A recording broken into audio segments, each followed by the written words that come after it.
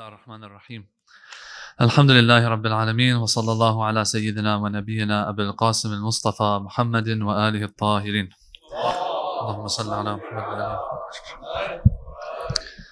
Okay, so I'm going to try to be as quick as I can to cover as much as I can. A lot of the questions that Brother Mustafa brought up from Adam to Khatam, from all the way from the beginning to the end of time, all the questions, of course, we're not going to get to answer, but we want to get into some of the foundational discussions in regards to this. Now, the title, everyone was asking me, oh, Maqasid al-Sharia, oh, so fancy. I said, I didn't even come up with that title.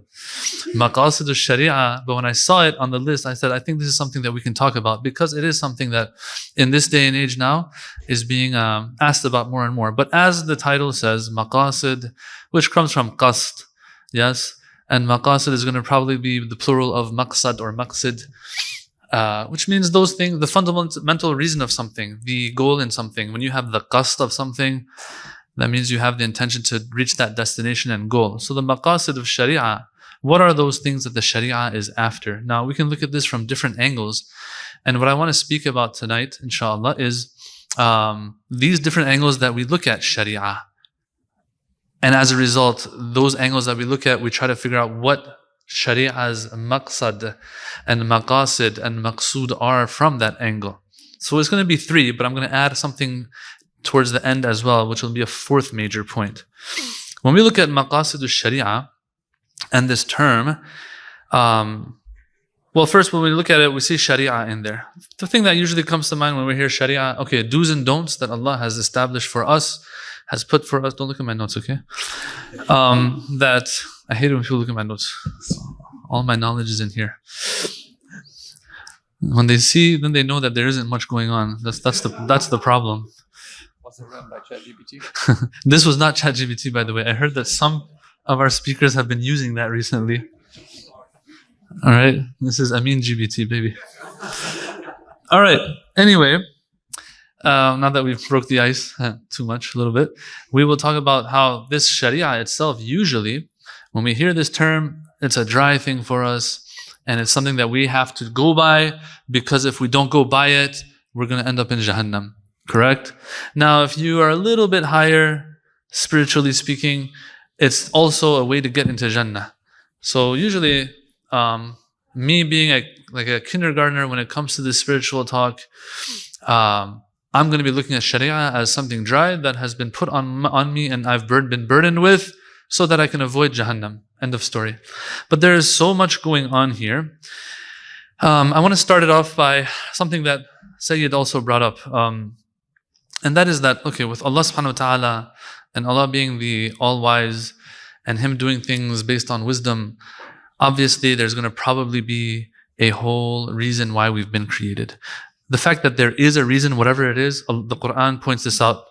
And Sayyid also said it, that we have a verse in the Quran that says that do you think or do you suppose that we created you aimlessly? خَلَقْنَاكُمْ عَبَثًا وَأَنَّكُمْ إِلَيْنَا لَا تُرْجَعُونَ, and that you won't come back to us and return to us? Which, by the way, shows that if Allah had created us purposeless, it would be one thing. If He has created us with a purpose, the opposite that the verse uses in this verse, was coming back and returning to us. In other words, the purpose of creation really is returning to Allah subhanahu wa ta'ala. This little dichotomy here that we have in this verse is a subtle point.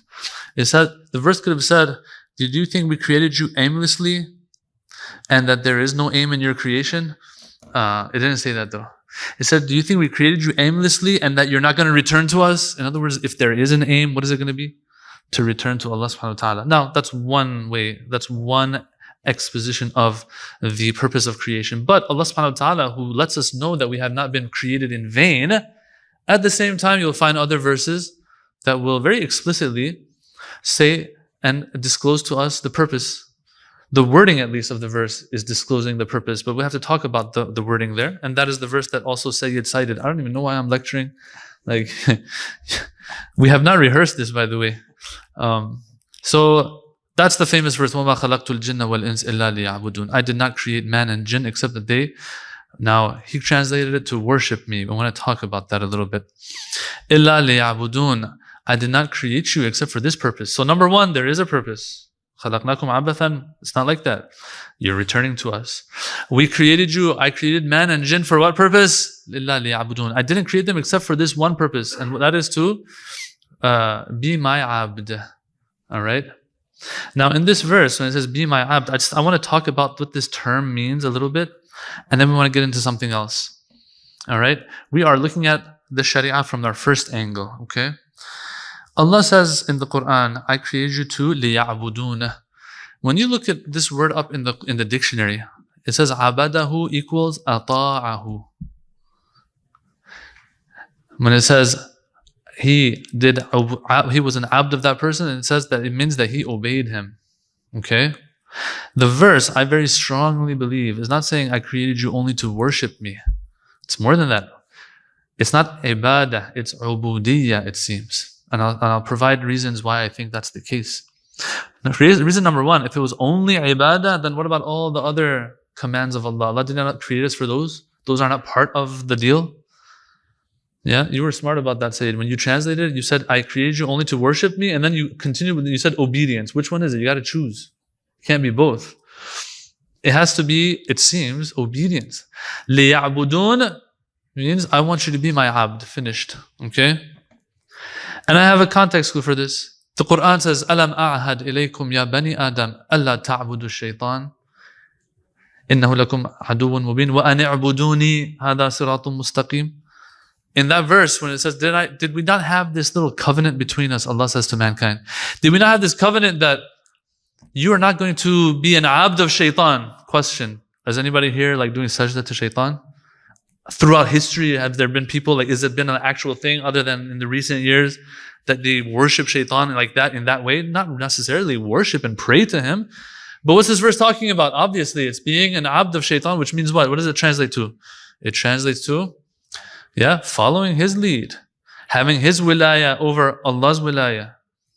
That's what being an abd practically is. Right? Okay. And then it says, as the verse goes on, it says, didn't I say don't be an abd of shaitan, but rather be what? وَأَنِ اعْبُدُونِي. The other verse was what? لِيَعْبُدُونَ. This is اعْبُدُونِي. Same verse, same wording. Here we're sure. When it says, وَأَنِ اعْبُدُونِي هَذَا صِرَاطٌ مُسْتَقِيمٌ. This is the straight path. Yeah? When it says that, what's for sure is that being an abd of Allah is the straight path. Part of that is to also worship Allah. But it doesn't just come down to worship only. It's more than that. There's a lot of other commands that Allah has for us. Alright, so having said that, there's a purpose in our creation. What is that purpose so far? It says, I want you to be a servant of mine. An abd doesn't ask, an abd executes. End of story. And so if that's the purpose of our creation, being an obedient servant of Allah, the question now begs to be answered that, or asked that, well, what are we supposed to obey? He wants an obedient servant. What am I supposed to obey? And the answer is very simple. All these commands that He has sent us. In other words, the Sharia. Alright. So now let's go back to the verse again. إِلَّا لِيَعْبُدُونَ. I created you to be my abd. I have a question, brothers and sisters. Do you really think the ultimate purpose of our creation was that we just become abds? Or no, is that a means to something else actually? Obviously, anyone who's recited Quran and read Quran and pondered over Quran has noticed that Allah has a lot in store for us on the Day of Judgment, in the hereafter. I'm just going to sum it up in 2 words. Allah wants infinity and eternity for us. Inshallah, you all agree with that. Alright? Infinite, eternal, good and pleasure. Okay, if that's the ultimate question, why didn't Allah say, وَمَا خَلَقْتُ الْجِنَّ وَالْإِنسَ إِلَّا لِيَذْهَبُوا إِلَى الْجَنَّةِ? Why didn't it say it like that? Or we have a hadith also that says, وَمَا خَلَقْتُ الْجِنَّ وَالْإِنسَ إِلَّا لِيَعْبُدُونَ. What Allah really means by that is لِيَعْرِفُونَ, so that they gain a ma'rifah of Allah subhanahu wa ta'ala. That's the ultimate goal. And they say in Jannah, that's one of the greatest blessings. Ridwanullah, ma'rifatullah, and these things. Why? The question is this: why didn't the verse that is speaking of the purpose of our creation, why didn't it word it like that? Why didn't it just say, I created you for my love, for my ma'rifah, for these kinds of things? Why did it put its finger on, I created you to be my abd? I'm going to speak on God's behalf right now. Hopefully I don't get zapped by lightning, okay? But it seems that if Allah subhanahu wa ta'ala had said, I created you for the purpose of my love, although we know that's going to happen in Jannah, I created you for my ma'rifah, then everyone might have their own means to that ends. Some of which are not even valid means that are not going to get you to that end. Someone's going to walk out, hey, do you pray, do you fast? I don't pray and fast, but I look at all the butterflies and bunnies. And when I look at them, I remember Allah. As a matter of fact, my remembrance of God is better than your remembrance that you do in your salat. Yeah? And so it seems that Allah subhanahu wa ta'ala kind of knew how people are so into butterflies and bunnies. Then He said, you know what? I am going to use the means in this verse, not the ends. If you get in this boat, if you get in this vessel of obedience of Allah subhanahu wa ta'ala, it will take you to the destination whether you like it or not. But if He gives you the ends as the actual ends in the wording of the verse, what might happen is everyone's going to have their own way. Like right now, and I always use this example, you've all have seen those WhatsApp messages that come from back home, from India and Pakistan and Iran and those places, the one that says forwarded many times at the top. Do this dhikr on this night in this way and that way, and you try to do it, do this time, this 40 times. Not saying these are all batil and false, no. But it's just an example to show us that sometimes we will bolden and highlight these kinds of things, although this might not be the necessary means to getting to that ultimate destination that Allah had in mind for us. When we have messed up and compromised on what really matters, which is the ubudiyyah of Allah. And so we're struggling with the wajib and haram of Allah, the commands of Allah, and then we think by following what this WhatsApp message said, that we're going to get somewhere. No, not necessarily we're going to get somewhere, necessarily. So to wrap that little point up, it seems that Allah subhanahu wa ta'ala used they call it al-illa al-mutawassita, that middle layer or level to get us to the ultimate level of our purpose in creation.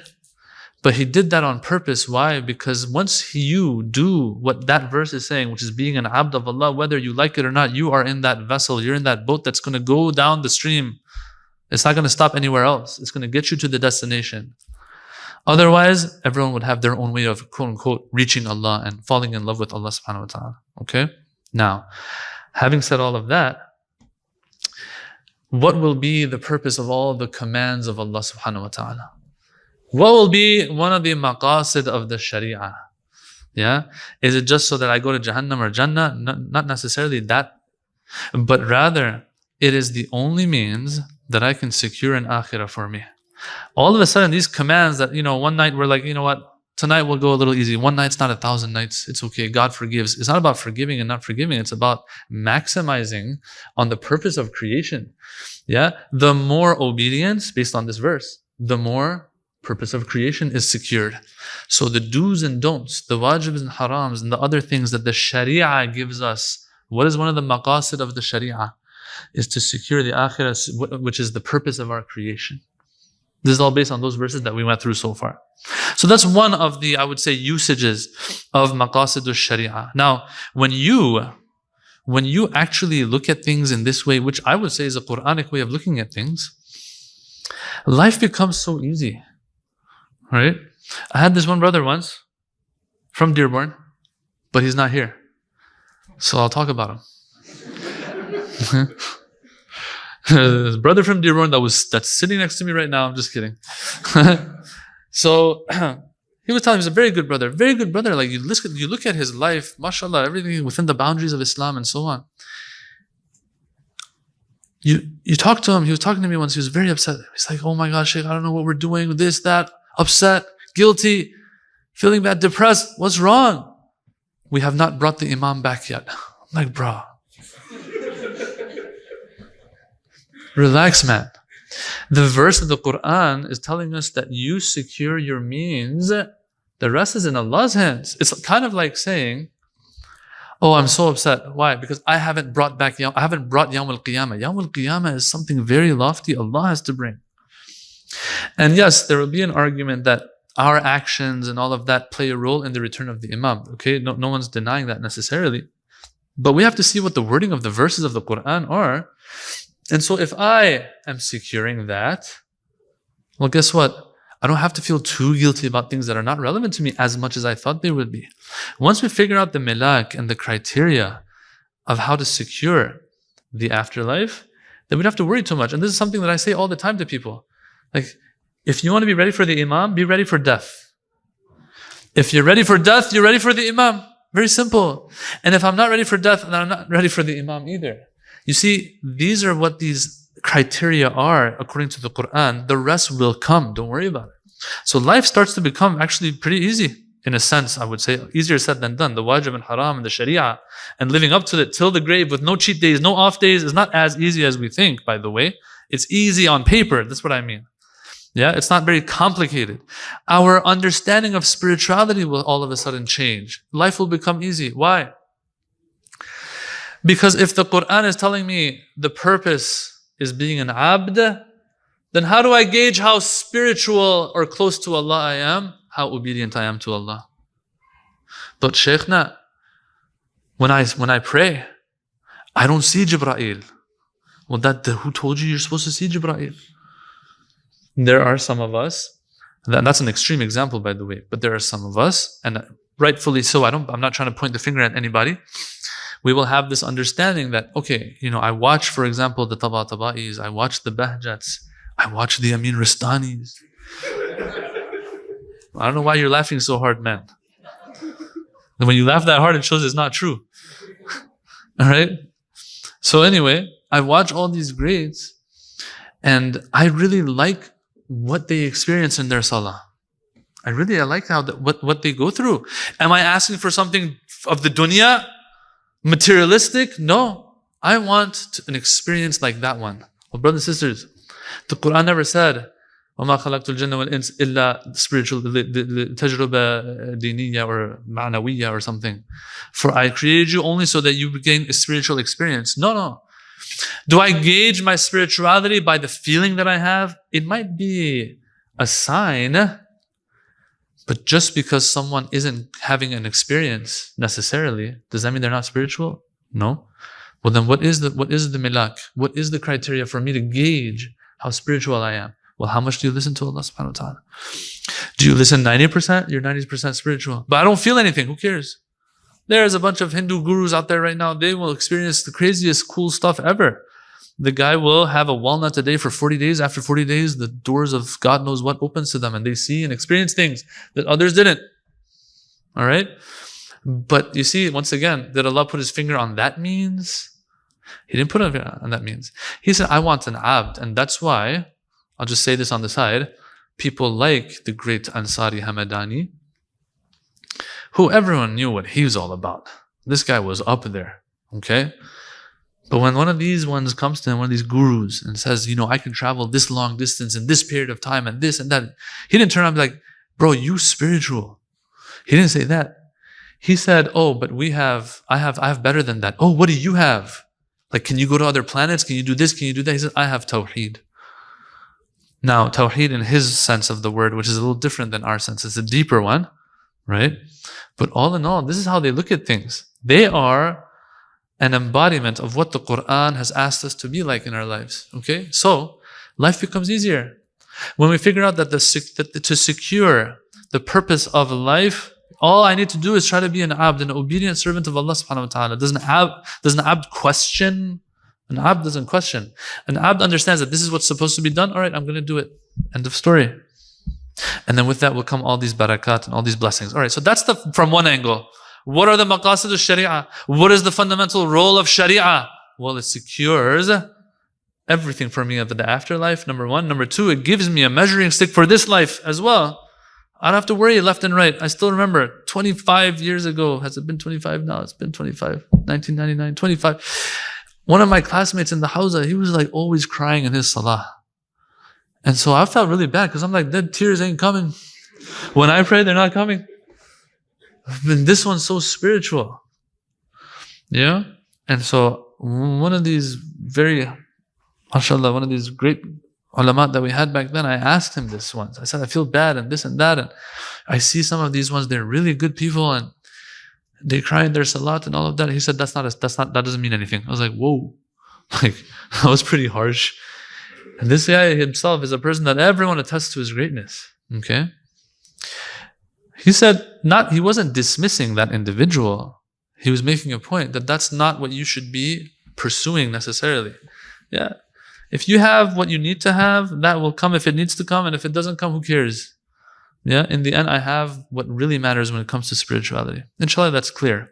So the Sharia plays a very important role. One of the maqasid of Sharia is this. But let's move on now. There's a more technical term now of or technical, I would say, usage of maqasid al-Sharia compared to the first one. And that has to do with our ijtihad and our fiqh here. It's a theological discussion though, that says, look, these rulings that we have now, that we talked about, that play such an important role in our lives, are these just random rules that have haphazardly been just made up and legislated by God? God's like, you know what? I just feel like you gotta pray 5 times a day. I just think you should stay away from this. I think you need to do that. And is it something that that's randomly made up? Or no. There's actual and real good and bad. In other words, Allah first sees the good in something, then makes it wajib. He sees that it is so good that if I miss out on the good that this has to give me, then something greater is going to be lost as a result. Or sees that something really, really is bad, and because of that bad, Allah makes something haram. Is it like this?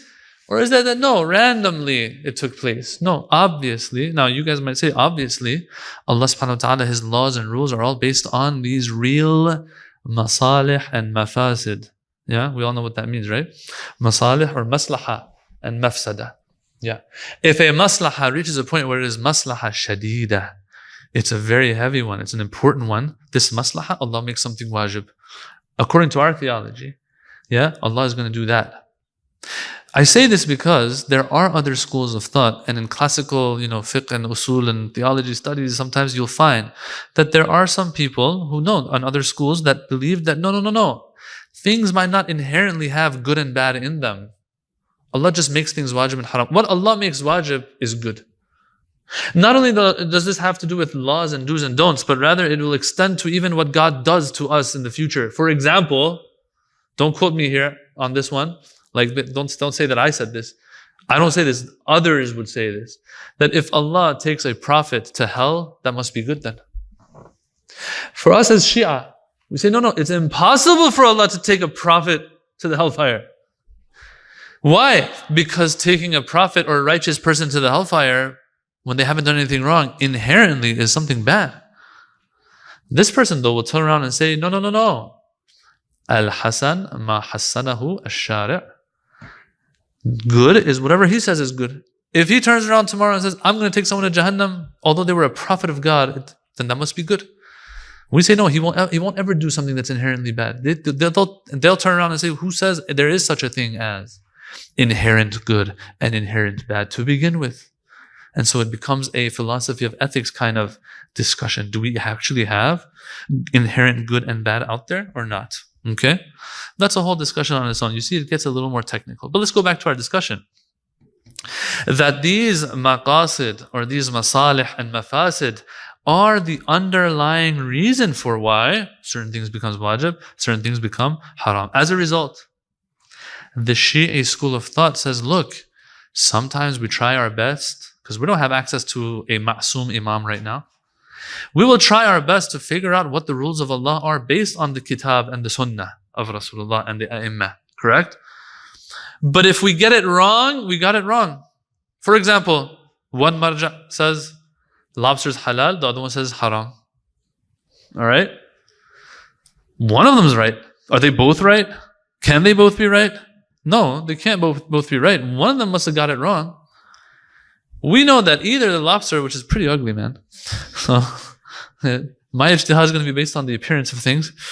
But anyway, when this lobster is when we're having it, it's either something that is something bad for us in it or not.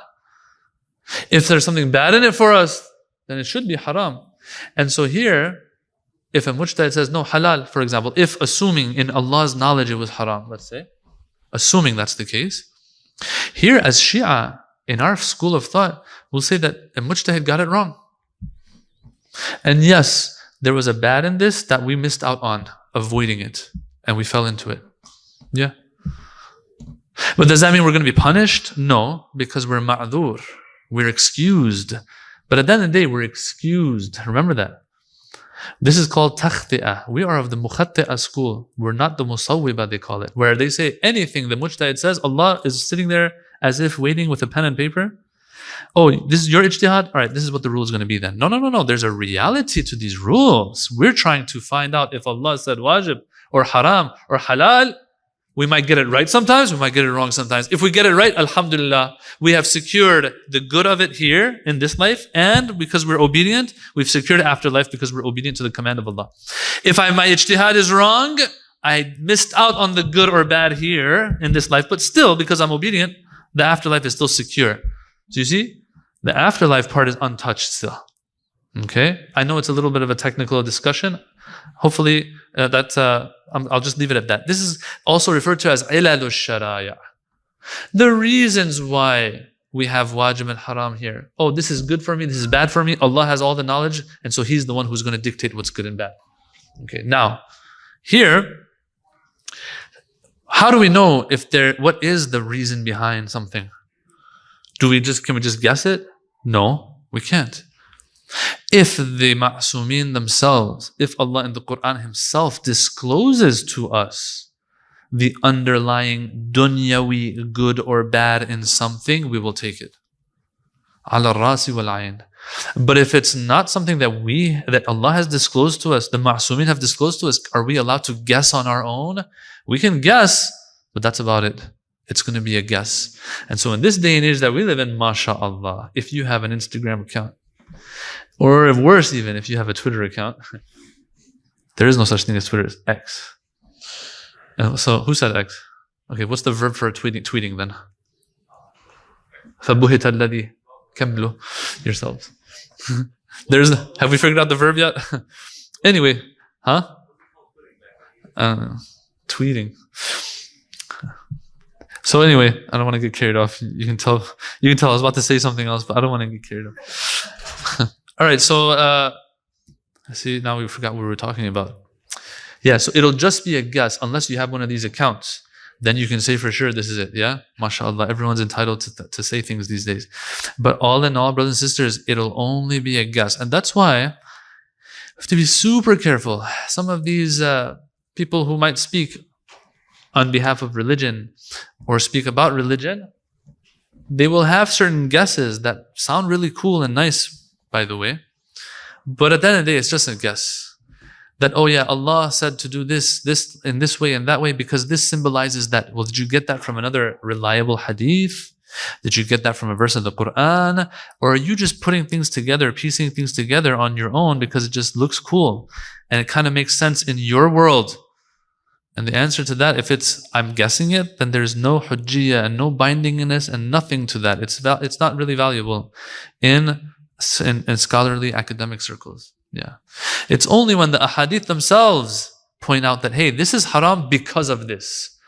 As a result of that, yes, the mujtahid now is going to be like, okay, maybe I can apply this to other places as well. Example, this is not a good example, but example. If a hadith tells us that, for example, wine is haram لأنه muskir, because it is muskir, it's intoxicating. Well, then a mujtahid, if he's convinced that that's the entire reason for why wine is haram, then he might be able to now do what? Take that reasoning, that illah, that hikmah, all right, and in a looser way of using the term, a maqsad of sharia, and say, okay, then anything that's intoxicant is haram, not just wine. But this wasn't guesswork anymore. Another hadith that's reliable or a verse of the Quran has to relay this to us. I just want to let you guys know though, lots of times we will not know the ilal and the maqasid or the masalih and mafasid of these ahkam. We won't know them. And we have to understand, that is part of the deal. That is part of the test. If we knew everything, we wouldn't need Allah necessarily anymore to tell us. We'd be like, oh, there's no ubudiyyah in that anymore. Ubudiyyah comes when Allah tells me something, I'm like, okay, Allah knows best. I'm going to listen to you because you said so. And so we know that it's based on real good and bad in this life, but just because I don't know it shouldn't be a hindrance to me now executing. All right, so that is another usage, let's call it, of maqasid al-sharia. Yeah, the good and bad, the masalih and mafasid and things. So far we have What is one of the maqasid of the Sharia? All in its entirety, to get us to secure our akhirah and to also give us the measuring sticks in this life. Number one. Number two, maqasid of Sharia sometimes can mean those good and bad, the inherent good and bad in things that Allah sees. As a result of that, He issues and legislates do's and don'ts for us, which is supposed to secure our akhirah. So He's hitting a lot of birds with one stone, by the way. Okay? But then we have a third now usage. Now this one is going to be super technical, and I'm not even going to talk about it too much. And this is the one that when you hear it, when you hear maqasid al-sharia, this is the first thing that comes to a Hausa person's mind, actually.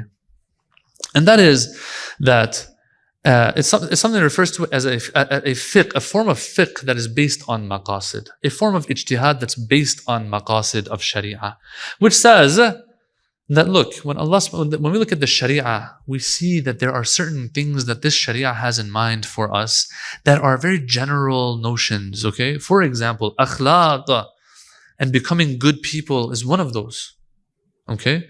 A lot of the rules that we have are ones that are pushing us to be better people. When I'm not supposed to lie, cheat, steal, what does that mean? That means Islam wants me to be a nice person, an ethical, good person. Yeah? Well, here, there's a school of ijtihad now, let's call it, okay, that says we will do our ijtihad based on these maqasid of the sharia, not the underlying good and bad within every one of these rulings in their specificality. Is that a word? Yeah, probably. Yeah. But rather entirety. It looks at fiqh in its entirety and it says, look, when I look at fiqh, one of the maqasid is what? To us to be akhlaqi people. So for example, this is a horrible example, but I'll just say, for example, if a mujtahid says, listen, our ahadith, they tell us that backbiting is haram, correct? But backbiting, who is haram? A mu'min, a believer. So then right away, these little kids, they're like, oh, can we backbite the non-Muslims? What's the answer that you're going to give as a mujtahid? Can I make up a rule now and say haram because backbiting is bad? All in all, it's bad. You can't, because the dalil and the hadith for it says mu'min. So what am I supposed to do here? Well, there's some ijtihad now that will say, look, when I look at the entirety of our fiqh, and look at the entirety of the sharia, one of the maqasid of the sharia, one of those ultimate goals of the sharia was for us to be akhlaqi people. So I can't tell people, although the hadith itself was talking about a believer, but I take a sniff of the sharia, I'm like, this is the feeling that I get, man. That look, the sharia wants us to be akhlaqi people. How can I tell somebody backbiting is halal for a non-mu'min? So it reaches a point where this person is confident, based on maqasid al-sharia, that what? Backbiting even a non-Muslim is problematic. Not because the subject or the object of backbiting is mu'min versus non-mu'min. No, because backbiting itself, through maqasid al-sharia, I've been able to tell that it's a problematic thing in and of itself. Okay? Now here you have al-fiqh al-maqasidi, as I called it. There's something else called al-fiqh al-namati. And another one, al-fiqh al-ilali, and so on. It gets very technical, and they're still discussing it in Hawzawi circles, all right? And there are some who, they will subscribe to that school of thought. School of, not thought, but school of fiqh and ijtihad, and so on. And there's a lot of details that I don't want to even get into. But finally, so those are the three angles that we can look at Sharia, okay? You look at it from a Quranic perspective and the whole purpose of our creation. Then you look at it from a theological / fiqhi, you can say maybe, I would say mostly theological perspective where, hey, does God just make these rules up, or are they based on real good and bad? Based on real good and bad, maqasid al-sharia. And then you can have a fiqhi / ijtihadi / maybe even usuli discussion of al-fiqh al-ijtihad al-maqasidi and namati and ilali and so on. All right, those are three angles. But now going back to something that's more relevant to us, which is the first one. We said that what? The Quran says, be obedient servants. That secures your purpose. Okay? And we said, obedient of what? His commands, the sharia. There is something here that the great Tabatabai talks about. I don't want to get into it too much, but I'm going to bring it up right now, just so we understand, brothers and sisters, that there's more than meets the eye here, okay? When it comes to the wajib and haram, that is based on real good and bad. So for example, when I steal an orphan's money, What I have done is I have destroyed my akhirah.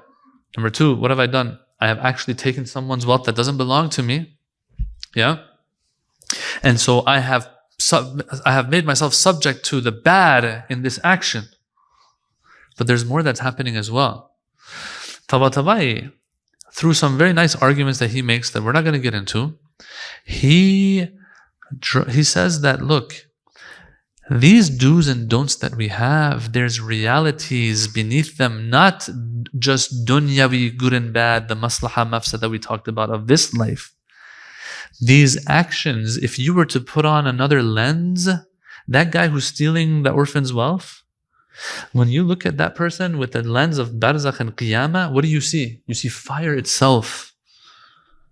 You see fire itself. When someone's staying away from something bad, they're securing their akhirah, okay, whatever. They're gaining the good of that good thing in this life. There's also another underlying good. When you translate what that person is doing of good, if you were to wear the right lens, you will see Jannah right there. We just don't wear the right lens. We're in this dunya still. We don't see it the way it really is. And he says there's an underlying reality beneath these do's and don'ts that is building our akhirah at the moment. Inna al-abrara yashrabuna min ka'sin kana mizajuha kafura. In Surah Al-Insan, it says they are feeding the poor, the needy. You remember those verses? Miskinan wa yatiman wa asira, correct? This feeding, right away the Quran uses the same tense of a verb, يَشْرَبُونَ مِنْ كَأْسٍ كَانَ مِزَاجُهَا يُفَجِّرُونَهَا تَفْجِيرًا, and so on. It says the abrar are giving their food in the way of Allah and they are drinking from a ka'as, from a goblet. At the same time, you're like, wait a minute, what are they doing? Are they eating or are they not eating? Like, what are we talking about here? Are they eating and drinking after their fast? Or are they giving it to others? The Quran says they're giving to others, and then in the same context, using the same present tense verb, it says they are also drinking from goblets that have this flavor and that taste. Which one is it? The answer is both. If you look at it from the lens of this dunya, they're giving. But if you look at the lens of akhirah, that giving, actually, its embodiment is what? Drinking. Bringing out springs of water from the ground in Jannah and so on. At the same time, while they're doing this, is that. And his key point in connecting these things together, tabatabai, is that, look, when we look at the do's and don'ts in this life that we have, don't pass the red light. You own this land. You two are now married. Is it like, when I get married to somebody, is it like something changed about me in my physicality? Nothing changes about us. You now own this property. When you own it, did something change about it? These are just things that, we have of convention that we've agreed upon so that society can work. But there is there's something real there, and then we put another layer on it of do's and don'ts, correct? There's an actual property, and then I say you own it, but you owning it doesn't really have a corresponding reality outside, does it? No, it doesn't. But there is something out there. This is called i'tibar. Tabatabai argues that if the akhirah is being linked to the dunya, and in the dunya we have all these do's and don'ts, this is haram, this is wajib, this is haram, this is wajib. He says, how can something that is just conventional, is i'tibar, how can it actually affect another world and another realm? The only way it can is to understand that these wajib and harams that we have an underlying reality, not the good and bad in them of this life. In addition to that, another underlying, let's say, embodiment that is real and that Allah is seeing on the other side. And He says, look, I want you to take this pleasure. But instead of saying, I want you to take this pleasure, right now, what is it for me? It's fasting. He says, I want you to fast. In reality, when Allah says, I want you to fast, what's He saying? If we were to translate it, you know what He's saying? He's saying, I want you to take this and that pleasure in the akhirah. Because that same fast is what we see according to Tabatabais and the likes of him on the other side. This tajassumul a'mal and the embodiment of our a'mal. All of a sudden, the do's and don'ts, the dry do's and don'ts that we had, that we're just supposed to do so we don't just go to Jahannam, that's it. All of a sudden becomes my everything. I am building everything for myself on that side through these actions. I'm building it myself. It's not like Allah is going to sit and look at me on the Day of Judgment and be like, oh, you listened to me this much, so I'm going to give you now this much reward. Apparently, it's not like that. At least according to the understanding of these mufassirin. According to the understanding of these mufassirin, he's going to say, here, this is what you sent for yourself. Here you go. But you told me to fast. Yeah, this is your fast. Have you seen those hadiths that talk about how in the grave, some beautiful person comes to us and we're like, who are you? He's like, I'm your salat. Instead of Allah telling me, hey, I want you to have a beautiful individual next to you in the grave, He says, I want you to pray. Prayer, in reality, what is it? It's bending and going down and up with an intention of prayer and all of that. That's what it really is. Calling it prayer is something that Allah has. It's a convention. It's something we've agreed upon. But the underlying translation of that is what is going to be seen on the other side. So these are three angles we look at maqasid al-sharia. And that fourth point that I added is in reality has to do with that first angle that we were looking at it. What secures our akhirah? We get a good dunya here. We get a dunya in which we are prosperous here. We have the measuring sticks. We secure our akhirah. Not only do we secure our akhirah, but it's a securing that has to do with what I've done for myself, not what Allah is going to be giving me now on the other side, inshallah. Walhamdulillahi Rabbil Alameen.